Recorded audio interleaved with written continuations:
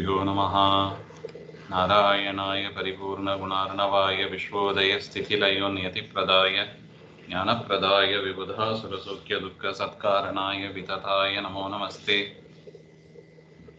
नारायणं सुरगुरुं जगदेकनाथं भक्तप्रियं सकललोकनमस्कृतं च त्रैगुण्यवर्जितमजं विभुमाद्यमीशं वन्दे भवघ्नममरासुरसिद्धवन्द्यं नारायणं नमस्कृत्य नरं चैव नरोत्तमं देवीं सरस्वतीं व्यासं ततो जयमुदीरयेत्। कृष्णाय वासुदेवाय हरये परमात्मने प्रणतक्लेशनाशाय गोविन्दाय नमो नमः।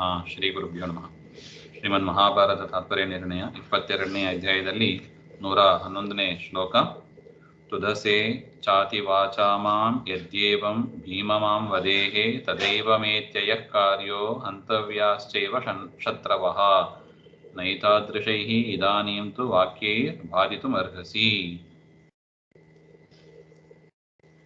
ಭೀಮಸೇನ ದೇವರ ಮಾತಿಗೆ ಯುಧಿಷ್ಠಿರ ಪ್ರತ್ಯುತ್ತರವನ್ನು ಕೊಡ್ತಾ ಇದ್ದಾರೆ. 13 ತಿಂಗಳು ಬೇಡ, 13 ವರ್ಷ ಆದ ಮೇಲೆ ನಾವು ಶತ್ರುಗಳನ್ನು, ದುರ್ಯೋಧನಾದಿಗಳನ್ನು ಸಂಹಾರ ಮಾಡಿ ರಾಜ್ಯವನ್ನು ಪಡೆಯೋಣ ಹಾಗೆ ಅಂತ. ಅದಾದ ಮೇಲೆ ಹೇಳುವ ಮಾತು,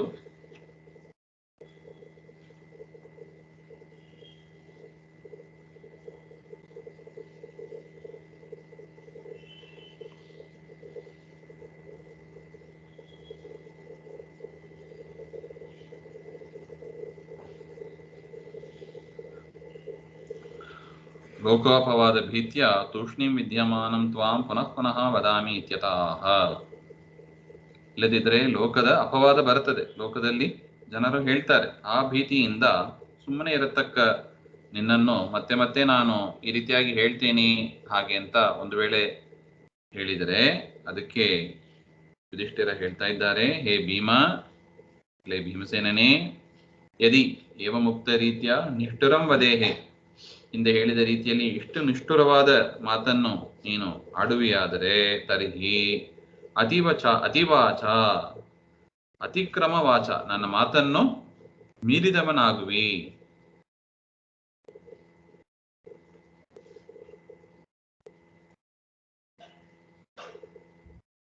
ಯಾಕೆಂದ್ರೆ ಭೀಮಸೇನ ದೇವರು ಹೇಳಿದ್ದನ್ನ ಅವರು ಅಂಗೀಕಾರ ಮಾಡಲಿಲ್ಲ. ಅಂಗೀಕಾರ ಅನರ್ಹಂ, ಅದರಿಂದ ನಿಷ್ಠುರ ಅಂತ ಹೇಳಿದ್ದು. ಈಗಲೇ ಹೋಗ್ಬಿಡೋಣ ಅಂತ ಭೀಮಸೇನ ದೇವರು 13 ತಿಂಗಳು ಆದ ಕೂಡಲೇ ಹೋಗ್ಬಿಡೋಣ. ಯಾಕೆ? ವೇದದ ಪ್ರಾಮಾಣ್ಯ ಪ್ರಕಾರ 1 ತಿಂಗಳು ಬಾದನ 1 ವರ್ಷ ಅಂತ ಹೇಳಲಿಕ್ಕೆ ಬರುತ್ತದೆ. ದುಷ್ಟ ಜನರಲ್ಲಿ ಅಷ್ಟು ನೀತಿಯನ್ನ ನೋಡಬೇಕಾಗಿಲ್ಲ, ಅದು ಧರ್ಮವೂ ಅಲ್ಲ. ಅದರಿಂದ ಭೀಮಸೇನ ದೇವರು ಹೇಳಿದರೆ ಅದು ಒಪ್ಪಲಿಕ್ಕೆ ತಯಾರಿಲ್ಲ ಯುಧಿಷ್ಠಿರ.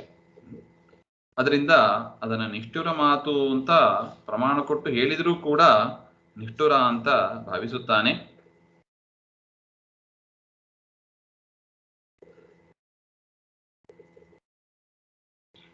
ಯದಿ ವದೇಹೇ ತರ್ಹಿ ಅತಿವಾಚ ಮಾಂ ತುದಸೆ, ಮತ್ತು ಮಾತನಾಡುವೆ ಅಂತಾದರೆ ನನ್ನ ವಾಕ್ಯವನ್ನ ಮೀರಿದಂತೆ ಆಗ್ತದೆ ಹಾಗೆಂತ. ತದೇವ ಸಮಯಾವಧಿ ಸಮಾಪ್ತೌ ಏವ ಮದ ಅತಿಕ್ರಮಣಂ ತ್ವಯಾ ಕಾರ್ಯಂ ಇದಾನೀಂ ಅನವಸರಃ ಇತಿ ಭಾವ. ಸಮಯ ಬಂದಾಗ ಆ ಕೆಲಸವನ್ನ ಮಾಡೋಣ, ಈಗ ಅದಕ್ಕೆ ಸಮಯ ಇಲ್ಲ ಹಾಗೆ ಅಂತ.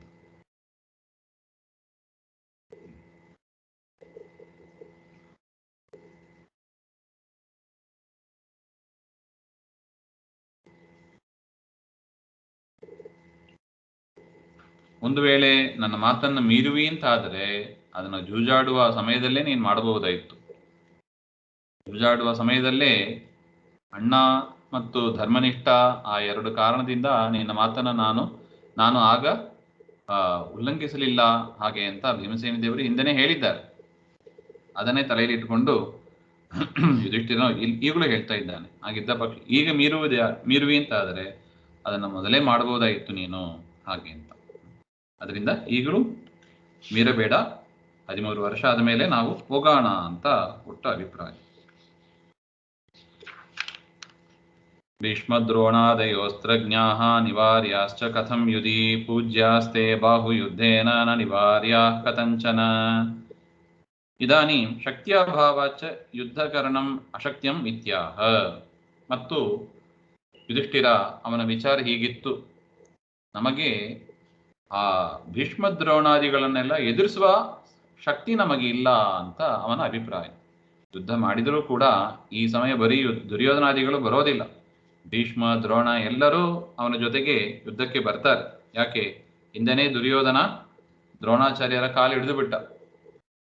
ಪಾಂಡವರು ವನವಾಸಕ್ಕೆ ಹೊರಡಕ್ಕೆ ಪೂರ್ವದಲ್ಲೇ ಕಾಲು ಹಿಡಿದು ಮಾತನ್ನ ಕೇಳಿಸ್ಕೊಂಡಿದ್ದಾನೆ, ಅಂದ್ರೆ ಮಾತನ್ನ ತೆಗೆದುಕೊಂಡಿದ್ದಾನೆ. ದ್ರೋಣಾಚಾರ್ಯರ ಹತ್ರ ಹೋಗಿ ನೀವೇ ನಮ್ಮ ಜೊತೆಗೆ ಇದ್ದು ಯುದ್ಧ ಮಾಡಬೇಕು ಅಂತ ಕೇಳಿದಾಗ ದ್ರೋಣಾಚಾರ್ಯರು ಒಪ್ಕೊಂಡ್ಬಿಟ್ರು. ಆಯ್ತು, ಯುದ್ಧದಲ್ಲಿ ನಾನು ನಿನ್ನನ್ನ ರಕ್ಷಣೆ ಮಾಡ್ತಾನೆ, ಆದರೆ ಭೀಮಸೇನ ದೇವರಿಂದ ಮಾತ್ರ ಯಾರು ಏನು ಮಾಡ್ಲಿಕ್ಕೆ ಆಗೋದಿಲ್ಲ ಅಂತ ದ್ರೋಣರು ಹಿಂದೆನೇ ಆ ಮಾತನ್ನು ಹೇಳಿದ್ರು. ಅದರಿಂದ ಯುದ್ಧ ಅಂತ ಆದರೆ ಬರೀ ದುರ್ಯೋಧನಾದಿಗಳ ಜೊತೆಗೆ ಮಾತ್ರ ಇರೋದಿಲ್ಲ. ಈ ಬಾರಿ ಯುದ್ಧ ಭೀಷ್ಮ ದ್ರೋಣ ಎಲ್ಲರನ್ನೂ ಎದುರಾಕಬೇಕು. ಅಷ್ಟು ನಮಗೆ ಸಾಮರ್ಥ್ಯ ಇದೆಯಾ, ಶಕ್ತಿ ಇದೆಯಾ ಹಾಗೆ ಅಂತ ಯುಧಿಷ್ಠಿರನ ಭಯ.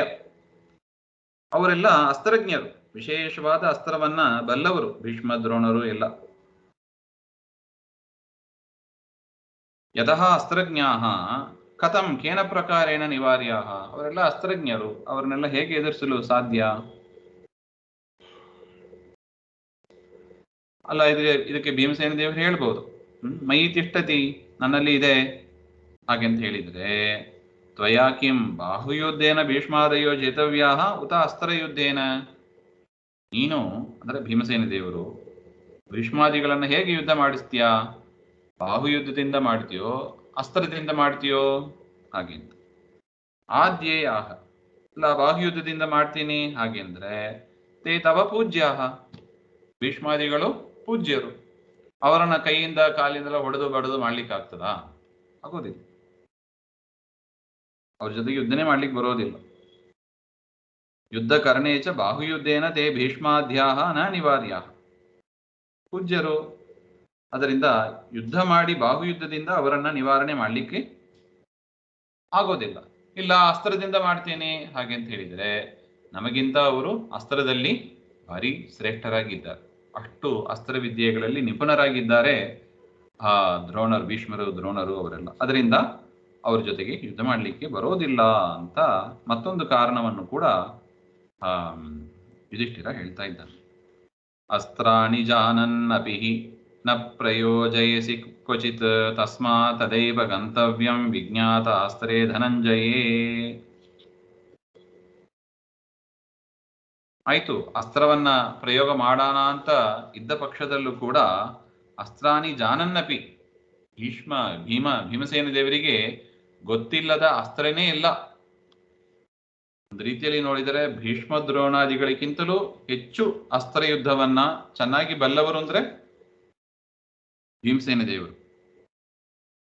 ಆದರೂ ಕೂಡ ಭೀಮಸೇನ ದೇವರು ಯುದ್ಧದಲ್ಲಿ ಅಸ್ತ್ರಗಳನ್ನ ಬಳಸೋದೇ ಇಲ್ಲ. ಅವರು ಕೇವಲ ಬಾಹುಬಲದಿಂದಲೇ ಅವರು ಯುದ್ಧ ಮಾಡುವರು. ಯಾವ ಕಾಮ್ಯಕರ್ಮ ಅಂತ ಹಿಂದೆನೇ ಹೇಳಿದ್ದಾರೆ. ಈ ಅಸ್ತ್ರವಿದ್ಯೆ ಅಸ್ತ್ರಗಳನ್ನ ಪ್ರಯೋಗ ಮಾಡೋದು ಅಂದ್ರೆ ಆ ದೇವತೆಗಳನ್ನ ಕರೆಸಿ ಪ್ರಾರ್ಥನೆ ಮಾಡಿ ನೀನು ಹೋಗಿ ಇವನನ್ನು ಸುಟ್ಟು ಬಾ ಹಾಗೆ ಅಂತ ಹೇಳಿದರೆ ಆಗ್ನೇಯ ಅಸ್ತ್ರ ಹೋಗಿ ಸುಟ್ಟು ಬರುತ್ತದೆ. ಆ ರೀತಿಯಾದ ಒಂದು ಪ್ರಾರ್ಥನೆ, ಅದು ಕಾಮ್ಯಕರ್ಮ ಆಗ್ತದೆ. ಅದನ್ನ ಭೀಮಸೇನ ದೇವರು ಮಾಡುವವರಲ್ಲ. ಅದರಿಂದ ಅಸ್ತ್ರವಿದ್ಯೆಯನ್ನು ಅವರು ಬಳಸೋದಿಲ್ಲ. ಅವರು ಏನೇ ಇದ್ರು ಬಾಹುಯುದ್ಧವೇ ಅವರಿಗೆ. ಅದನ್ನ ಯುಧಿಷ್ಠಿರ ಹೇಳ್ತಾ ಇದ್ದಾನೆ. ಹೇಗಿದ್ರು ನೀನು ಅಸ್ತ್ರ ಗೊತ್ತಿದ್ರು ಕೂಡ ನೀನು ಅಸ್ತ್ರ ಯುದ್ಧವನ್ನು ಮಾಡುವವನಲ್ಲ ನೀನು. ತ್ವಂ ಕ್ವಚಿದಪಿ ನ ಪ್ರಯೋಜಯಸಿ ತಸ್ಮಾತ್ ಕಾರಣಾತ್ ಧನಂಜಯೇ. ಅದರಿಂದ ಯಾರಿಗೆ ನಾವು ನಮ್ಮಲ್ಲಿ ಪ್ಲಾನ್ ಮಾಡೋದಾದ್ರೆ ಅಸ್ತ್ರಗಳ ವಿದ್ಯೆ ಮಾಡುವುದು ಅಂದ್ರೆ ಅರ್ಜುನನೇ ಮಾಡಬೇಕು. ಅವನು ಆ ರೆಸ್ಟ್ರಿಕ್ಷನ್ ಇಟ್ಕೊಂಡಿಲ್ಲ. ಕಾಮ್ಯಕರ್ಮವಾಗಿದ್ರು ಕೂಡ ಮಾಡ್ತಾನೆ ಅರ್ಜುನ. ಸೊ ಅದರಿಂದ ಧನುರ್ವಿದ್ಯೆಯಲ್ಲಿ ನಾವು ಅರ್ಜುನನನ್ನೇ ನಂಬಿ ಇರಬೇಕಾಗ್ತದೆ. ವಿಜ್ಞಾತ ಅಸ್ತ್ರೇ ಸತಿ ತದೇವ ಕಾಲಕ್ಷೇಪಂ ಅಂತರೇನೈವ ಗಂತವ್ಯಂ. ಅದರಿಂದ ವಿಶೇಷವಾದ ಅಸ್ತ್ರಗಳನ್ನು ಗೊತ್ತಿದ್ರೂ ಕೂಡ ಅರ್ಜುನ ಕಾಲಕ್ರಮೇಣವೇ ನಾವು ಹೋಗಬೇಕೇ ಹೊರತು ಈಗಲೇ 13 ತಿಂಗಳು ಆದಮೇಲೆ ಹೋಗಿ ನಾವು ನಿಂತುಕೊಳ್ಳಿಕ್ಕೆ ಬರೋದಿಲ್ಲ ಹಾಗೆ ಅಂತ ಹೇಳ್ತಾನೆ ಯುಧಿಷ್ಠಿರ. ಇತ್ಯುಕ್ತೋ ಭೀಮಸೇನಸ್ತು ಸ್ನೇಹಭಂಗಭಯ ತತಃ ನೋವಾಚ ಕಿಂಚಿತ್ ವಚನಂ ಸ್ವಾಭಿಪ್ರೇತಮವಾಪ್ಯ ಚ. ಇಷ್ಟ ಹೇಳಿದ ಮೇಲೆ, ಯುಧಿಷ್ಠಿರ ಹೇಳಿದ ಮೇಲೆ ಭೀಮಸೇನ ದೇವರು ಏನು ಮಾತನಾಡಿಲ್ಲವಂತೆ. ಹೇಳ್ಬೋದಾಯ್ತು ಏನಾದ್ರು ಒಂದು ವಿಚಾರ, ಆದರೂ ಕೂಡ ಏನು ಹೇಳಿಲ್ಲ. ಯಾಕೆ? ಸ್ನೇಹ ಭಂಗ ಭಯ. ತನಗೂ ಅಣ್ಣನಿಗೂ ಒಂದು ಬೌಂಡ್ರಿ ಇದೆ. ಬೌಂಡ್ರಿ ಒಳಗೆ ಮಾತುಕತೆ ಚಂದ ಇರ್ತದೆ. ಹೆಚ್ಚು ಮಾತನಾಡಿದರೆ ಅದು ಸ್ನೇಹ ಭಂಗವಾಗಿಬಿಡುತ್ತೆ. ಆ ಸ್ನೇಹ ಭಂಗ ಆಗಬಾರದು, ಆ ಭಯದಿಂದ ಭೀಮಸೇನ ದೇವರು ಏನ್ ಮಾಡಿದರು, ಮತ್ತೆ ಆ ಆರ್ಗ್ಯುಮೆಂಟ್ ಅನ್ನ ಮುಂದುವರಿಸಲಿಕ್ಕೆ ಹೋಗ್ಲಿಲ್ಲ. ನೋವಾಚ ಕಿಂಚಿತ್ ವಚನಂ ಸ್ವಾಭಿಪ್ರೇತ್ಯಂ ಅವಾಕ್ಯ. ಅವ್ರಿಗೇನ್ ಬೇಕಾಗಿತ್ತು? ಅವರಿಗೂ ಕೂಡ ಈಗಲೇ 13 ತಿಂಗಳು ಆದಮೇಲೆ ಯುದ್ಧ ಮಾಡಬೇಕು ಅಂತ ಏನು ಇಚ್ಛೆ ಇಲ್ಲ. ಯದ್ಯಪಿ ಹೇಳಿದ್ರೆ ಕೂಡ ಅವರಿಗೂ ಅಭಿಪ್ರೇತವಾದದ್ದು ಇಷ್ಟೇ, 13 ವರ್ಷ ಆದ ಮೇಲೆ ಇವನು ಪ್ರತಿಜ್ಞೆ ಮಾಡಿ ಯುದ್ಧ ಮಾಡಿಸ್ಬೇಕು. ಇಲ್ಲದಿದ್ದರೆ 13 ವರ್ಷ ಆದ ಮೇಲೂ ಕೂಡ ಯುಧಿಷ್ಠಿರ ಯುದ್ಧಕ್ಕೆ ಹೋಗೋದಿಲ್ಲ, ಸುಮ್ಮನೆ ಇರ್ತಾರೆ ಅವರಷ್ಟೇ, ಕ್ಷಮೆ ಮಾಡಿಕೊಂಡು ಹೆಂಗಿದ್ರು 13 ವರ್ಷ ಅಭ್ಯಾಸ ಆಗಿಬಿಟ್ಟಿದೆ ವನದಲ್ಲೇ ಇದ್ದು, ಇನ್ನು ಆಯುಷ್ಯ ಇರುವ ತನಕ ಇಲ್ಲೇ ಕಳ್ಕೊಂಡ್ಬಿಡೋಣ ಹಾಗೆ ಅಂತ ಪ್ಲಾನ್ ಮಾಡುವವರೇ ಅವರು. ಹಂಗಾಗಬಾರ್ದು ಎಂಬ ಅದು ಉದ್ದೇಶವಾಗಿ ಇತ್ತು. ಸೊ ಅದರಿಂದ ಭೀಮಸೇನ ದೇವರಿಗೆ ಬೇಕಾಗಿದ್ದು ಅಷ್ಟೇ. ಅದರಿಂದ ಯಾವಾಗ ಯುಧಿಷ್ಠಿರ 13 ವರ್ಷ ಆದಮೇಲೆ ಮಾಡೋಣ ಅಂತ ಶಪಥಪೂರ್ವಕವಾಗಿ ಹೇಳಿದ್ರು, ಅಷ್ಟೇ ಸಾಕು ಅಂತ ಭೀಮಸೇನ ದೇವರು ಕೂಡ ಸುಮ್ಮನಾದರು. ಅಭಿಪ್ರಾಯೋ ಹಿ ಭೀಮಸ್ಯ ನಿಶ್ಚಯೇನ ತ್ರಯೋದಶೇ ಯುಧಿಷ್ಠಿರಸ್ಯ ರಾಜ್ಯಾರ್ಥಂ ಗಮನಾರ್ಥೇ ಪ್ರತಿಶ್ರವಃ ಅನ್ಯಥಾ ಅತಿ ಮೃದುತ್ವಾತ್ ಸ ನ ಗಚ್ಚೇತ್ ಭಿನ್ನದೀಃ ಪರೈಃ. ಅದೇ ಅಭಿಪ್ರಾಯವನ್ನು ಹೇಳ್ತಾ ಇದ್ದಾರೆ. ಭೀಮಸೇನ ದೇವರಿಗೆ ಅಷ್ಟೇ ಬೇಕಾಗಿತ್ತು, 13 ವರ್ಷ ಆದ ಮೇಲೆ ಯುಧಿಷ್ಠಿರ ರಾಜ್ಯವನ್ನ ಪಡೀಬೇಕು, ರಾಜ್ಯ ಭೋಗವನ್ನು ಮಾಡಬೇಕು. ಇಲ್ಲದೇ ಇದ್ರೆ ಅತೀ ಮೃದು ಸ್ವಭಾವ, ಎಲ್ಲರನ್ನು ಕ್ಷಮೆ ಮಾಡಿಕೊಡೋಣ ಎನ್ನುವ ಸ್ವಭಾವ, ಅದು ಎಲ್ಲರ ಮೇಲೆ ಹೆದರ್ಕೊಂಡು, ಇನ್ನು ಭೀಷ್ಮ ದ್ರೋಣರನ್ನೆಲ್ಲ ಹೇಗೆ ಎದುರಿಸ್ತೀವಿ, ಏನೋ ಒಂದು ಕಾರಣ ಕೊಟ್ಟು ಒಟ್ಟು ಯುದ್ಧಕ್ಕೆ ಹೋಗೋದೇ ಇಲ್ಲ, ವನದಲ್ಲೇ ಕಾಲ ಕಳಿಯೋಣ ಅಂತಾನೆ ಪ್ಲಾನ್ ಮಾಡುವವರು ಅವರು. ಅದು ಆಗಬಾರದು ಅಂತ. ಕೃತಕೃತ್ಯೇ ತಥಾ ಭೀಮೆ ಸ್ಥಿತೇ ಧರ್ಮಾತ್ಮಜೋ ಹಿ ಸಹ ಭೀಷ್ಮ ದ್ರೋಣಾದಿ ವಿಜಯ ಕಥಂ ಸ್ಯಾದಿತ್ಯ ಚಿಂತಯತ್. ಇಷ್ಟು ಕೃತಕೃತ್ಯರಾದರೂ ಭೀಮಸೇನ ದೇವರು, ಅಂದ್ರೆ ತಾವೇನ್ ಮಾಡಬೇಕು ಅಂತ ಇಚ್ಛೆ ಪಟ್ಟಿದ್ರು ಅಷ್ಟು ಆಯ್ತು.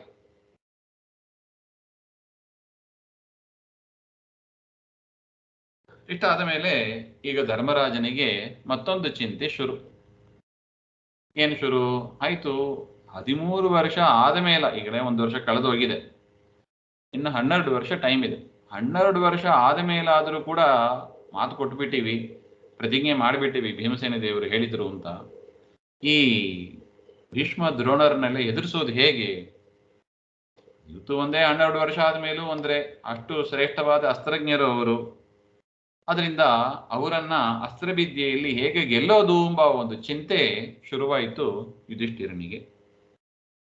ನಿವಾರಣಂ ಗುರುಣಾಂ ಹಿ ಭೀಮ ಇಚ್ಛತಿ ನ ಕ್ವಚಿತ್ ತಸ್ಮಾತ್ ತೇ ಹಿ ಅರ್ಜುನೇನೈವ ನಿವಾರ್ಯ ಇತ್ಯಚಿಂತಯತ್.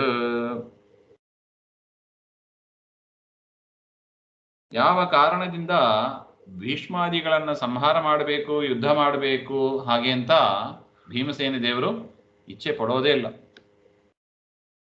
ಏನೇ ಆಗಲಿ ದೊಡ್ಡವರ ಜೊತೆಗೆಲ್ಲ ಯುದ್ಧ ಮಾಡುವವರಲ್ಲ ಭೀಮಸೇನ ದೇವರು. ಅದರಿಂದ ಭೀಮಸೇನ ದೇವರನ್ನ ಹೇಳಿ ಏನು ಕೆಲಸ ಆಗೋದಿಲ್ಲ. ಶುದ್ಧ ಭಾಗವತ ಧರ್ಮದಲ್ಲಿ ಇರುವವರು ಏನೇ ಆದರೂ ಕೂಡ ಏನ್ ಮಾಡಬೇಕು? ಅರ್ಜುನನಿಂದಲೇ ಈ ಕೆಲಸ ಆಗಬೇಕು. ಭೀಷ್ಮ ದ್ರೋಣರನ್ನ ಹ್ಯಾಂಡಲ್ ಮಾಡೋದಕ್ಕೆ ಅರ್ಜುನನೇ ಸರಿ ಹಾಗೆ ಅಂತ ಯುಧಿಷ್ಠಿರ ಚಿಂತನೆ ಮಾಡ್ತಾ ಇದ್ದ. ಅರ್ಜುನೇನೈವ ನಿವಾರ್ಯಾಹ ಅನಸ್ತ್ರಜ್ಞೇನ ಕಥಂ ನಿವಾರ್ಯ. ಆದರೆ ಅವನಿಗೆ ಅಷ್ಟು ಅಸ್ತ್ರವಿದ್ಯೆ ಇಲ್ಲ. ಅದರಿಂದ ಈ 12 ಇಯರ್ಸ್ ಉಳಿದಿರುವ 12 ಇಯರ್ಸ್ ಅನ್ನ ಯೂಸ್ ಮಾಡಿ ಹೇಗೆ ಅಸ್ತ್ರಜ್ಞಾನವನ್ನ ಪಡೆಯೋದು ಹಾಗೆ ಅಂತ ಅರ್ಜುನ ಹೇಗೆ ಪಡೀಲಿಕ್ಕೆ ಸಾಧ್ಯ ಅಂತ ಯುಧಿಷ್ಠಿರ ಚಿಂತನೆ ಮಾಡಿದ ಅಂತ. ಆಪದ್ಯೇವ ಹಿ ಭೀಮಸ್ತಾನ್ ನಿವಾರಯತಿ ನಾನ್ಯಥಾ ಏವಂ ಚಿಂತಾ ಸಮಾವಿಷ್ಟಂ ವಿಜ್ಞಾಯೈವ ಯುಧಿಷ್ಠಿರಂ. ಭೀಮಸೇನ ದೇವರು ಅಸ್ತ್ರವಿದ್ಯೆಯನ್ನು ಬಳಸೋದಿಲ್ಲ ಅಂತ ಇಲ್ಲ, ಆಪತ್ಕಾಲ ಬಂದಾಗ ಮಾತ್ರ ಬಳಸುವವರು. ಅಂತ ಆಪತ್ಕಾಲ ಬಂದಾಗ ಮಾತ್ರ ಅವರು ಭೀಷ್ಮಾದಿಗಳನ್ನ ತಡೆ ಮಾಡುವವರು. ಇಲ್ಲದಿದ್ದರೆ ಸುಮ್ಮನೆ ಹೋಗಿ ಭೀಷ್ಮಾದಿಗಳ ಜೊತೆಗೆ ಅವರು ಯುದ್ಧ ಮಾಡುವವರೇ ಅಲ್ಲ, ಆಪತ್ಕಾಲ ಬಂದಾಗ ಮಾಡುವವರು. ಹಾಗಿರುವಾಗ ಯುದ್ಧವನ್ನು ಹೇಗೆ ಮುಂದುವರಿಸೋದು? ಹಾಗೆಂದ್ರೆ ಅರ್ಜುನನಿಂದಲೇ ಮಾಡಬೇಕು ಹಾಗೆ ಅಂತ ಇಷ್ಟೆಲ್ಲ ಚಿಂತನೆಯನ್ನು ಮಾಡ್ತಾ ಇದ್ರು. ಸರ್ವಜ್ಞ ಸರ್ವಶಕ್ತಿಶ್ಚ ಕೃಷ್ಣದ್ವೈಪಾಯನೋ ಗಮತ್ ನೃಪತಿಂ ಬೋಧಯಾಮಾಸ ಚಿಂತಾ ವ್ಯಾಕುಲ ಮಾನಸಂ. ಯುಧಿಷ್ಠಿರ ಈ ರೀತಿಯಾಗಿ ಚಿಂತಾಕ್ರಾಂತನಾದಾಗ ಅಲ್ಲಿ ವೇದವ್ಯಾಸ ದೇವರು ಪ್ರತ್ಯಕ್ಷರಾಗ್ತಾರೆ. ನೋಡಿ, ಪರಮಾತ್ಮ ಹೇಗೆ ಮಾರ್ಗದರ್ಶನ ಮಾಡ್ತಾನೆ ಅದು ದೇವರಿಗೇ ಗೊತ್ತು.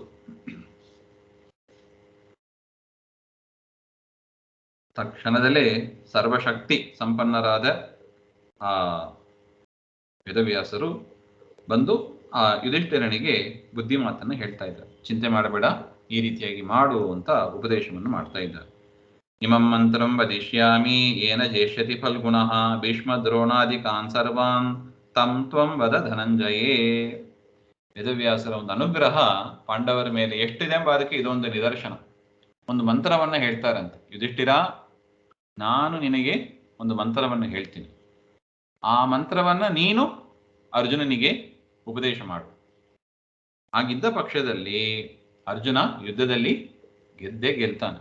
ಭೀಷ್ಮ ದ್ರೋಣ ಯಾರೇ ಬರಲಿ ಅವರನ್ನ ಗೆಲ್ತಾನೆ, ನೀನೇನು ಚಿಂತೆ ಮಾಡಬೇಡ ಹಾಗೆ ಅಂತ.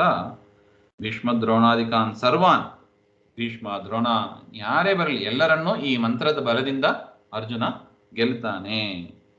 ತಂ ತ್ವಂ ವದ ಧನಂಜಯೇ, ಆ ಮಂತ್ರವನ್ನ ನಾನು ನಿನಗೆ ಹೇಳ್ತೇನೆ, ನೀನು ಅರ್ಜುನನಿಗೆ ಹೇಳು. ಇಲ್ಲಿ ಒಂದು ಪ್ರಶ್ನೆ ಬರ್ಬೋದು, ಅಲ್ಲ ಡೈರೆಕ್ಟ್ ಆಗಿ ವೇದವ್ಯಾಸರೇ ಅರ್ಜುನನಿಗೆ ಹೇಳ್ಬೋದಾಯ್ತಲ್ಲ ಹಾಗೆ ಅಂತ ಒಂದು ಪ್ರಶ್ನೆ ಬರುತ್ತದೆ. ಅದನ್ನ ಆಚಾರ್ಯರು ಹೇಳ್ತಾರೆ. ಅದೇನೆಂಬ ಅದನ್ನ ಮತ್ತೆ ಸೇರಿದಾಗ ನೋಡೋಣ. ಶ್ರೀಮಧ್ವಾಂತರ್ಗತ ಶ್ರೀಕೃಷ್ಣ ಅರ್ಪಣಮಸ್ತು. ಶ್ರೀ ಹರೇ ನಮಃ.